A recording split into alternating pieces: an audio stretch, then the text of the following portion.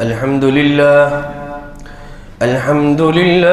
الذي هدانا للإسلام وما كنا لنهتدي لولا أن هدانا الله أما بعد فأعوذ بالله من الشيطان الرجيم بسم الله الرحمن الرحيم ولمن خاف مقام ربه جنتان فبأي آلاء ربكما تكذبان ذواتا أفنان فبأي آلاء ربكما تكذبان فيهما عينان تجريان فبأي آلاء ربكما تكذبان۔ ترجمہ: اور جو شخص اپنے پروردگار کے حضور کھڑا ہونے سے ڈرتا رہا اس کے لیے دو باغ ہوں گے، تو انس و جن تم اپنے رب کی کون کون سی نعمتوں کو جھٹلاؤ گے۔ وَلِمَنْ خَافَ مَقَامَ رَبِّهِ جَنَّتَانِ، اور جو شخص اپنے رب کے حضور کھڑا ہونے سے ڈرتا رہا اس کے لیے دو باغ ہوں گے، تو انس و جن تم اپنے رب کی کون کون سی نعمتوں کو جھٹلاؤ گے۔ ذواتا افنان، اور دونوں باغ بہت سی ٹہنیوں والے ہوں گے۔ فَبِأَيِّ آلَاءِ رَبِّكُمَا تُكَذِّبَانِ، تو انس و جن تم اپنے رب کی کون کون سی نعمتوں کو جھٹلاؤ گے۔ فِيهِمَا عَيْنَانِ تَجْرِيَانِ، دونوں میں دو چشمے بہہ رہے ہوں گے، تو تم اپنے رب کی کون کون سی نعمتوں کو جھٹلاؤ گے۔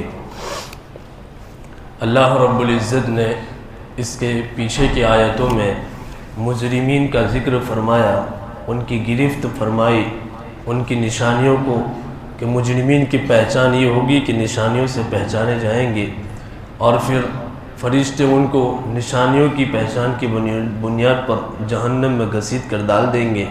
اور پھر آگے بیان فرمایا یطوفون بینہا وبین حمیم آن، اور ان کی حالت کیا ہوگی۔ پہلی بات تو یہ ہے کہ مجرمین پہچانے جائیں گے نشانیوں کی بنیاد پر۔ آقا بندی کریم صلی اللہ علیہ وسلم نے جیسے قرآن کریم نے دونوں کی نشانیاں بیان فرمائی ہیں، نیک لوگ بھی علامتوں کے ذریعے اور نشانیوں کے ذریعے پہچانے جائیں گے۔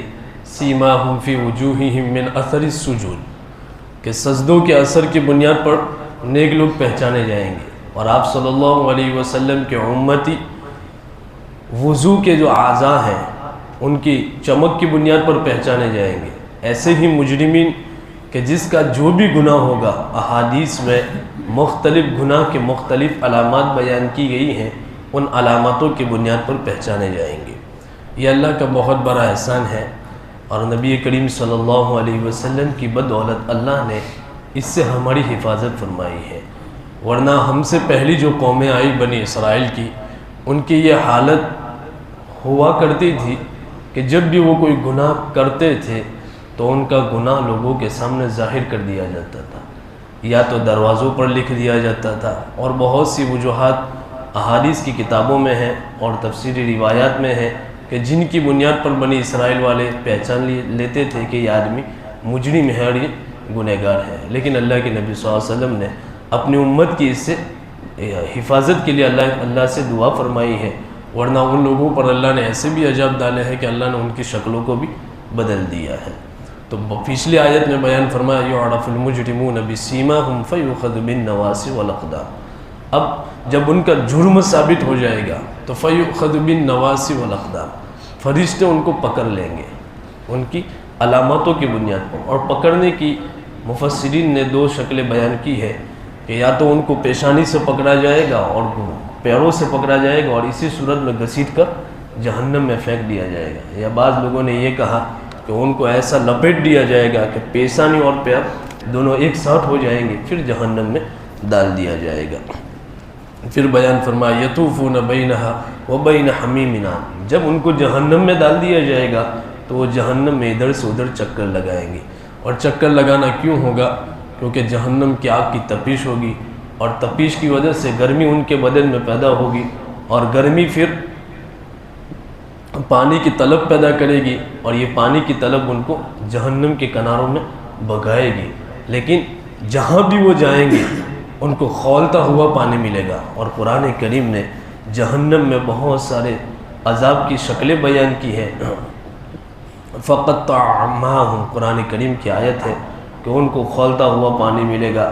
کہیں تو یہ بیان فرمایا کہ ایسا خطرناک پانی ہوگا کہ وہ پئیں گے تو ان کی جلد ختم ہو جائے گی، ان کا جسم ٹکڑے ٹکڑے ہو جائے گا۔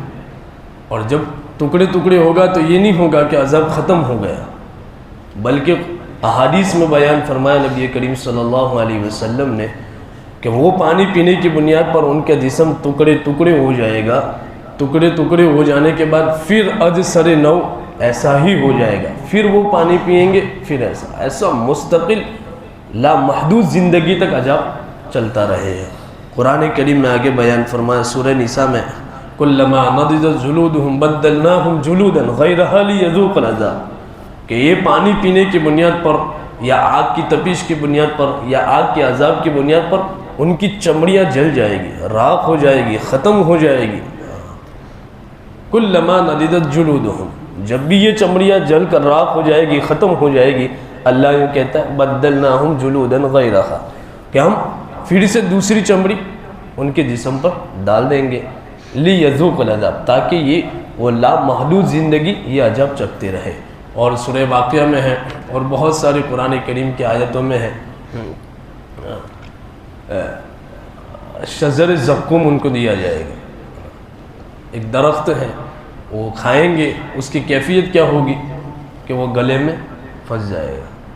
اب جب وہ کھائیں گے تو پیاس کی طلب پیدا ہوگی، اب وہ ایسا ہوگا کہ نہ نیچے اترے گا نہ اوپر آئے گا۔ تو یہ مجرمین کی علامتیں بیان کی، اور علامتوں کی بنیاد پر فرشتوں کا ان کو جہنم میں ڈالنا بیان کیا، اور ڈالنے کے بعد قرآن کریم نے مختلف شکلوں میں اور مختلف جگہ پر ان کے عذاب کو بیان کیا۔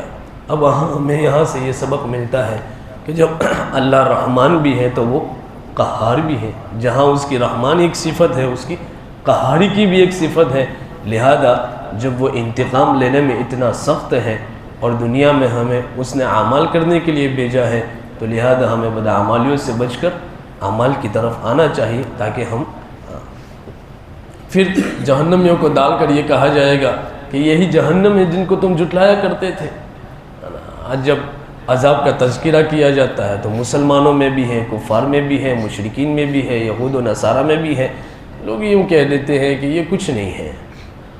کبھی کبھی مسلمان اپنے ذہن اور اپنے بدعقیدگی کی وجہ سے اور علم نہ ہونے کی وجہ سے یہ کہہ دیتا ہے کہ قیامت کچھ نہیں ہے، یہ عذاب سزا کچھ نہیں ہے، یہ تو وہی کہانیاں ہیں جو لوگوں نے رکھی ہیں۔ لیکن قرآن کا ہادی جہنم الذی، کہ یہی جہنم ہے جس کو تم جھٹلایا کرتے تھے۔ یہ آیت ان لوگوں کے لیے تھی جو گنہگار ہے، یا تو پھر منکرین عذاب ہے، یا منکرین خدا ہے، یا منکرین جہنم ہے۔ آگے کی آیت میں اللہ رب العزت ان لوگوں کا تذکرہ کرتا ہے جو ایمان والے ہیں، یا تو پھر اس کا خوف رکھ کر زندگی گزارنے والے ہیں۔ قرآن نے کہا وَلِمَنْ خَافَ مَقَامَ رَبِّهِ جَنَّتَانِ، دنیا میں دو گروہ ہیں، ایک گروہ وہ ہیں جو ہمیشہ اللہ کی نافرمانی میں ہے یا اس کے انکار میں ہے، اس کے نبی کے انکار میں ہے، قرآن کے، ایک گروہ وہ ہیں جو اس پر ایمان لایا ہے، لیکن اس میں بھی کیٹیگری ہے۔ اور یہ کیوں ہے؟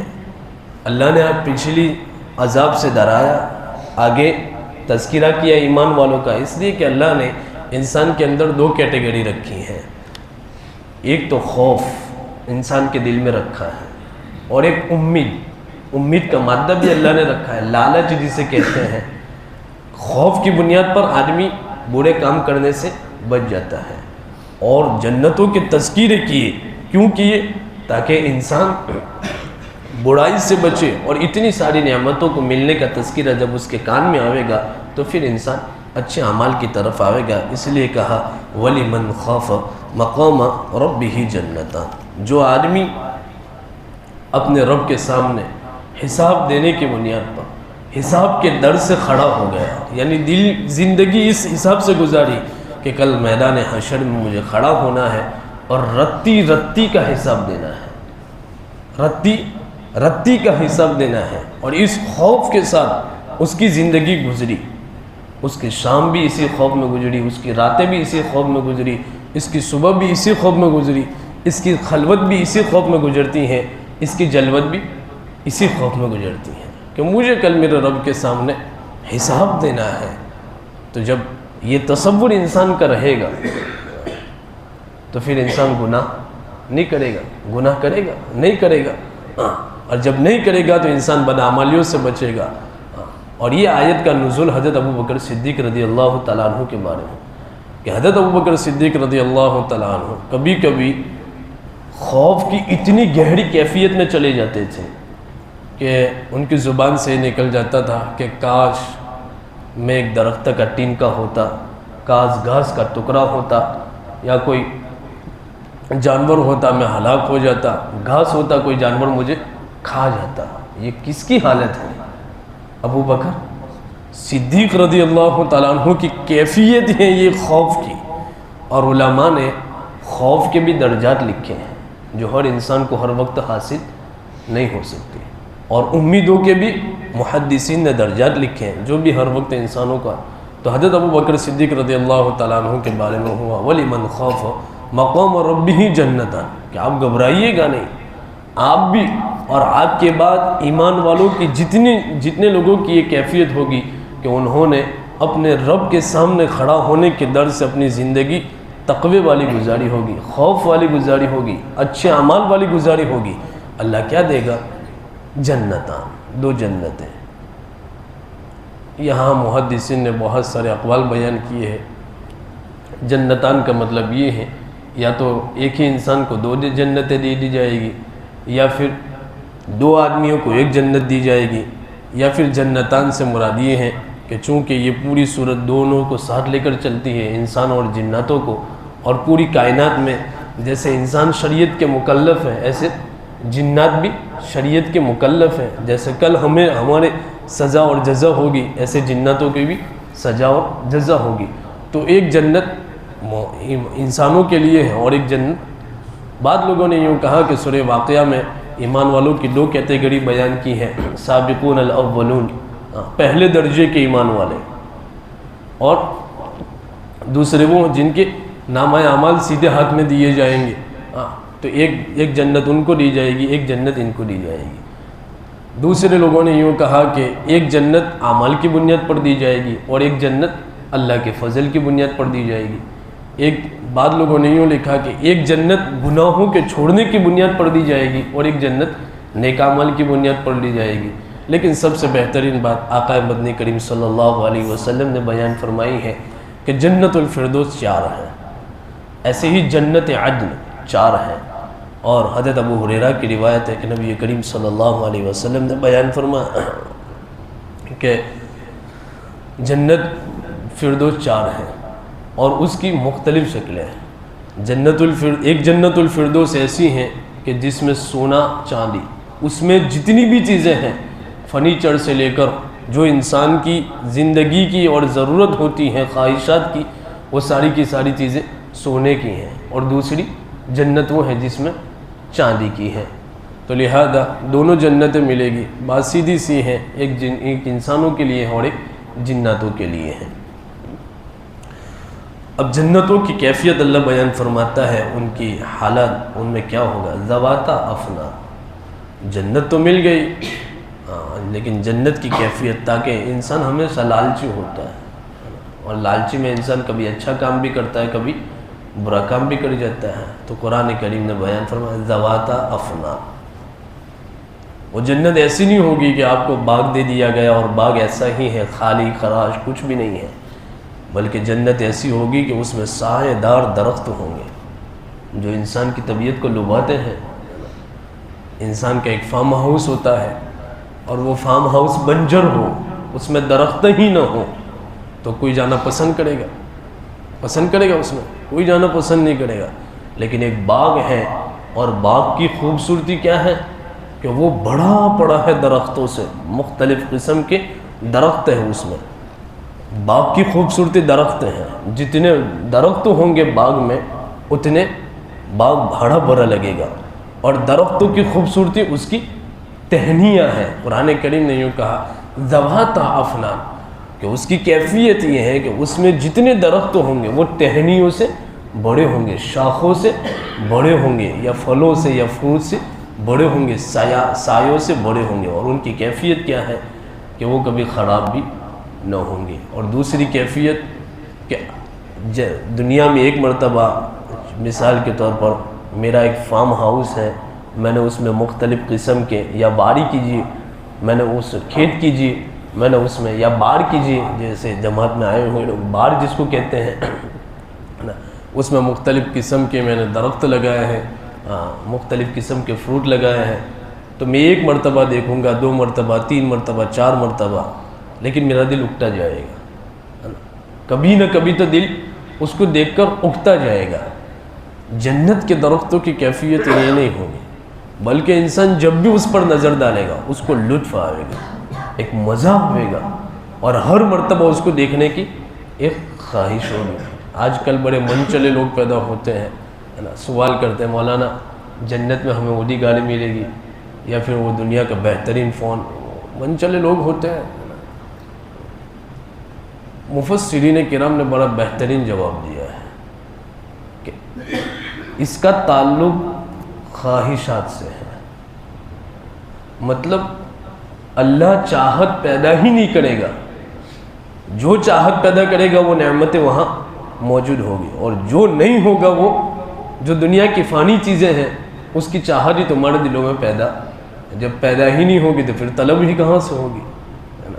اور من خوف کے بارے میں علماء نے یہ لکھا ہے جو سننے کے قابل ہے، کہ یہ مطلب نہیں ہے من خوف کہ آدمی کھڑا ہو گیا اللہ کے سامنے، بلکہ اس کی زندگی دونوں پہلو سے برابر گزرے، میری تنہائی، میری راتیں اللہ کی فرما برداری، نبی کے طریقوں والی گزرے، شریعت کے مطابق گزرے، اور لوگوں کے سامنے میں جاؤں جب بھی میری کیفیت یہ ہو، میرا ظاہر یعنی میرا لباس تقوی والا ہو، اللہ کے خوف والا ہو، شریعت سنت والا ہو، اور تنہائی جہاں مجھے کوئی دیکھنے والا نہیں سوائے اللہ کے، تو وہ تنہائی بھی میری خوف والی ہو۔ ایسا نہ ہو کہ مسجد میں آ کر تو بڑا نمازی ہے لیکن پھر گھر کی تنہائی ہم ہی جانتے ہیں۔ اسی لیے موجودہ زمانے میں ایک شخص نے بڑی پیاری بات کہی کہ انسان کے راز کو خدا کے بعد اگر کوئی سب سے بڑا جاننے والا ہے تو اس کا موبائل ہے نا۔ انسان کی تنہائی کو خدا کے بعد اگر کوئی جاننے والا ہے اچھی طریقے سے تو کون ہے؟ اس کا موبائل ہے، وہی جانتا ہے کہ یہ مجھ میں کیا دیکھتا ہے۔ اسی لیے تو انسان ڈر کے مارے پاسورڈ لگاتا ہے، ایک سیفٹی کے لیے لگاتا ہے، ایک ڈر کے لیے، تاکہ راز نہ کھل جائے۔ تو یوں کہا وَلِمَنْ خَافَ مَقَامًا، کہ جس شخص کی زندگی اس کیفیت کے ساتھ گزری، اس کی تنہائی بھی اور لوگوں کے سامنے رہنا بھی، کہ اس میں ہر وقت اللہ کا خوف رہا، شریعت سنت نبی کے طریقے اللہ کا حکم رہا، چاہے وہ اکیلا رہا پھر بھی، چاہے وہ مجمع کے سامنے رہا پھر بھی، دونوں حالت جب ہوگی جب جا کر اللہ یوں کہتا ہے کہ جنتان، اس کو یہ نعمتیں ملے گی۔ وہی صحابہ کی کیفیت ہے جی، ہماری حالت تو کیا ہے، لوگوں کے سامنے ہماری نمازیں بھی اچھی ہیں، لوگوں کے سامنے ہمارا ذکر بھی اچھا ہے، اور نہ جانے کہ اللہ معاف کرے۔ اسی لیے یہ تبلیغ میں 6واں نمبر سکھایا جاتا ہے، 5واں نمبر اخلاص سے نہیں ہے، اور اس میں جو احادیث بیان کی گئی ہیں کہ اخلاص کی بنیاد پر بڑے بڑے فتنے دب جاتے ہیں۔ آدمی جب مخلص ہوتا ہے تو اللہ فتنوں سے اس کی، اور آدمی مخلص نہیں ہوتا ہے تو وہ دین کی شکل میں بہت سارے فتنوں کو کھڑا کر دیتا ہے۔ تو آدمی کے خوف اندر کا، تنہائی میں بھی اور مجمع کے سامنے بھی، دونوں کیفیت میں ایک ہی سطح پر ہوں کہ میرا رب مجھے راضی رہے، اور میرے احکام شریعت کے، اللہ کے احکام، نبی کریم صلی اللہ علیہ وسلم کے طریقوں کے، یہ کیفیت، جب یہ کیفیت ہو جائے گی اس وقت یہ انعام دیے جائیں گے۔ اور انعاموں کی کیفیت بیان کی ذواتا افنان، وہ سایہ دار درخت ہوگا، ٹہنیوں سے بڑا ہوگا اور انسان کی نظریں جاتی رہے گی۔ یہ تو جنت دینے کا تذکرہ ہے۔ احادیث میں تو اعمال کی بنیاد پر جنت کے درجے ملیں گے اور اعمال کی بنیاد پر جنت میں چیزیں بڑھے گی۔ جیسے احادیث میں ہے کہ آدمی سبحان اللہ کہتا ہے تو ایک درخت لگا دیا جائے گا، اور ایسے لا تعداد درخت اس کی، اور جنت کا مقابلہ ہم کیا سر نہیں۔ لوگوں نے دنیا میں جنتیں بنانے کی کوشش کی، اللہ نے ختم کر دیا۔ بہت پیارے الفاظ حدیث کے کہ جنت ایسی چیز ہے کہ نہ زبان سے تم اس کا تذکرہ کر سکتے ہو، نہ تمہاری آنکھیں اس کو دیکھ سکتی ہیں، اور نہ کانوں میں وہ لطف وہ لذتیں ہیں کہ تم اس کے تذکیروں کو سن سکو۔ جب اس کو دیکھو گے جب ہی اس کا لطف تمہیں آئے گا، اس کو دیکھو گے تو یہ درخت ایسے ہوں گے جو خراب بھی نہ ہوں گے۔ یہ درخت تو ہوں گے کہ پٹ جھڑ کا موسم جو آتا ہے، ٹھنڈی کا موسم، تو اس میں درختوں کی کیفیت کیا ہوتی ہے کہ ہوا چلنے پر پتے سوکھ جاتے ہیں، اور سوکھنے کی بنیاد پر پتے بکھر جاتے ہیں۔ تو جنت کے درختوں کی کیفیت یہ ہوگی کہ وہ بکھریں گے بھی نہیں، پٹ جھڑ کا موسم بھی انہیں خراب نہ کر سکے گا۔ لہذا ذواتا افنان۔ پھر آگے کی ایک نعمت بیان فرمائی، فیہما عینان تجریان۔ اب ایک فارم ہاؤس بھی ہے، ہرے بڑے درخت بھی ہیں، مختلف قسم کے پھول ہیں جو انسان کی طبیعت کو لطف اندوز کرتے ہیں، اس کی آنکھوں کو فرحت بخشتے ہیں، لیکن پانی نہیں ہے تو باغ ادھورا سا لگتا ہے۔ تو کہا فیہما عینان تجریان، یہ بھی پورا کر دیا جائے گا۔ کیسے؟ کسی نے کہا کہ وہاں اللہ چشمے جاری کر دے گا، جیسے احادیث میں ہے کہ جنت کی نہریں 4 قسم کی ہیں، ایک پانی کی ہے، شہد کی ہے، دودھ کی ہے، شراب کی ہے، تو اللہ یہ نہر جاری کر دے گا۔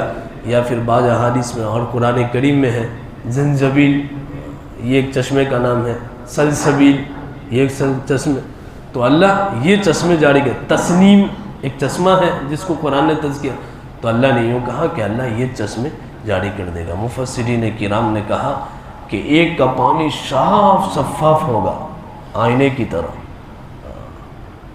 دنیا کا کیا ہے کہ دنیا کو فلٹر لگائے بغیر پانی صاف نہیں ہوتا ہے، اور ہماری طبیعت بھی ایسی بن گئی ہے کہ فلٹر پانی پینے کی عادی ہو گئی ہیں، نہیں ہوتا ہے تو طبیعت حل مچل جاتی ہے۔ وہاں تو کیا ہوگا، وہی پہلے سے ہی پانی صاف شفاف ہوگا۔ اور مفسرین کرام نے لکھا کہ دوسرا جو چشمہ ہوگا وہ انسان کو لذت بخشے گا، پینے کے بعد اس کو ایک فرحت محسوس ہوگی۔ اور اگر ابھی افطاری کے وقت ہم 3 گلاس پانی پی لیں تو پھر چوتھا پینے کی طاقت رہتی ہے؟ نہیں رہتی۔ وہ ترامی میں کھڑا رہنے کی طاقت نہیں رہتی ہے۔ کیوں؟ پیٹ ہمارا بڑھ جاتا ہے، دب جاتا ہے۔ جنت کے بارے میں یوں کہا کہ پیتا رہے گا، کبھی جتنا پیے گا اتنا، اور جتنی مرتبہ پیے گا ہر مرتبہ اس کا ذائقہ الگ سا لگے گا، الگ سا لگے گا۔ تو یہ ہے ذواتا افنان کہ وہ سایہ دار درخت دے گا۔ پھر کہا فیہما عینان تجریان۔ جب ان نعمتوں کا تذکرہ ہوتا ہے تو ہمیں چاہیے کہ وہ جو اوپر تذکرے کیے مجرمین کے، ان سے بچ کر یہ جو نعمتیں ہیں، دنیا کی ایک فانی زندگی ہے، ایک محدود زندگی ہے، اس میں خواہشات کو کنٹرول کر کے، 30ویں پارے میں ہے نا وَلِمَنْ خَافَ مَقَامَ رَبِّهِ، 30ویں پارے میں ہے، دوسری صورت میں ہے، جو وہ آیت یاد نہیں آ رہی ہے،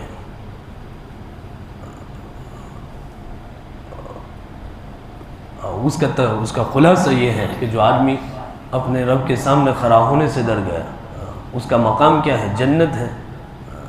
اور جس نے اپنی خواہشات کی پیروی کی، اپنے نفس کی پیروی کی، شیطان کی پیروی کی، شریعت کو نہیں مانا، شریعت اور سنت کو ساتھ لے کر نہیں چلا، اس کا ٹھکانہ کیا ہے؟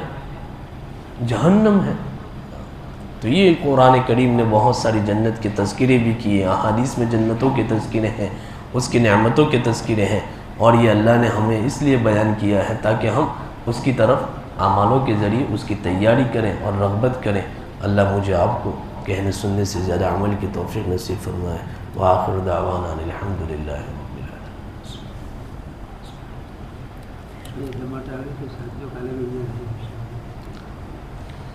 جو